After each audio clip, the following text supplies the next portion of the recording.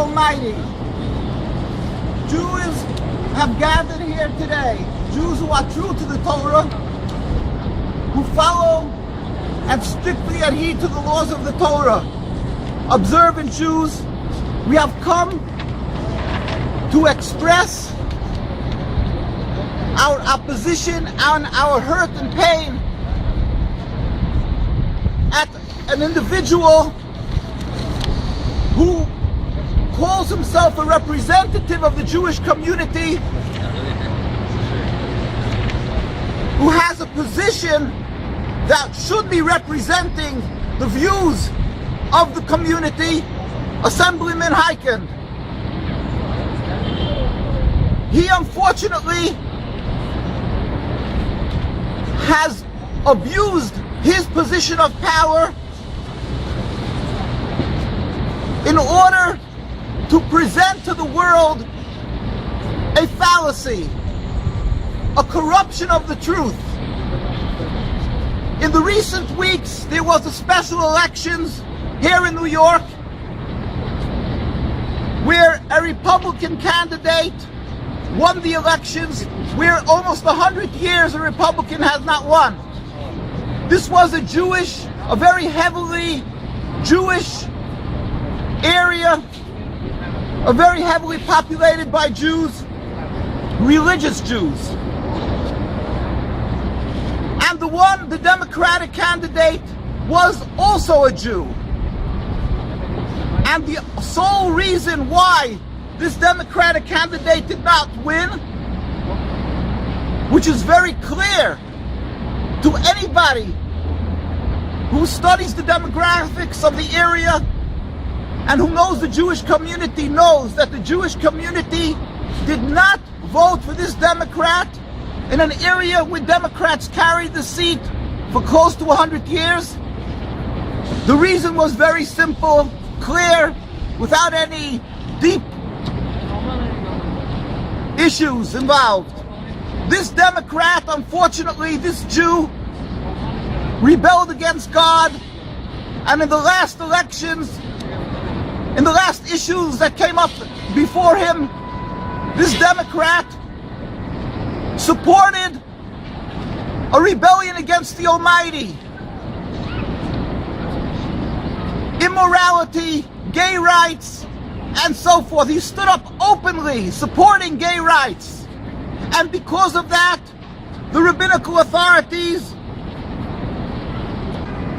sent out a letter asking all the Jewish constituents and other people who are looking for morality that they should not vote in this special election for the Democrat. Even though he claims he's Jewish and he's abiding by the Torah and he wants to do for the Jewish community and help them and aid them in the financial issues, and even though the time is such a hard time in financial issues and material issues, but the Jews have something higher than that. And the Jewish people stood above that, and they said yes. Over 50 rabbis, Orthodox Jewish rabbis, sent out a paper telling the Jewish people and asking them, be true to God and the Torah and do not vote for this person, this Democrat who is supporting immorality. And that is exactly what happened.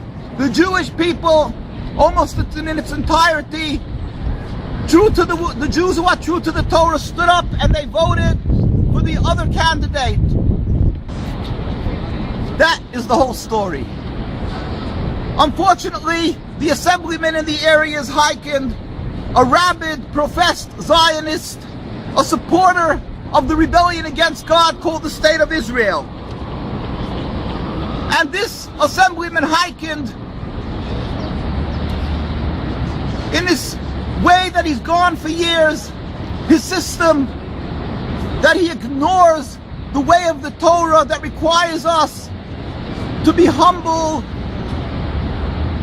to be subservient to all the rulers of the land, to be subservient and to accept the leadership of the countries, what the Torah teaches us, how we should be in exile, and how the Jews have followed for 2,000 years. He goes in the way of Zionism that totally ignores and laughs at the way the Torah taught us that we should go in exile. And as he's done and showed his face many times before, he stands up and speaks out with chutzpah, without respect for the President of the United States and for other leaders. And in this case, he stood up and he said, let us show the President what we can do. We're going to teach him a lesson. And we're going to vote for the other candidate, not the Democrat, but for the Republican, because the President is a Democrat. And we want to teach him a lesson because he's not supporting this rebellion against God called the State of Israel. He's not supporting it enough. We'll teach him. Of course, the Jewish people, true to the Torah, ignore him totally. What do they care what he says? Maybe we have to do just the opposite when he says something, being that he's a rabid Zionist and a rebel against God. And they went in their way, and they listened to the rabbis, and they voted for the Republican, clearly because of the immorality issue. Clearly because the Democrat stood up for gay rights. Mr. Heikind, Assemblyman Hikind, after the elections, got up and said, oh, look, I was the one who brought about this great victory that the Republican was voted in, because we wanted to teach Obama, President Obama, a lesson, and we taught him. And now when he spoke in the United Nations, he accepted the lesson we taught him, and he became more pro to the State of Israel. What audacity, what chutzpah,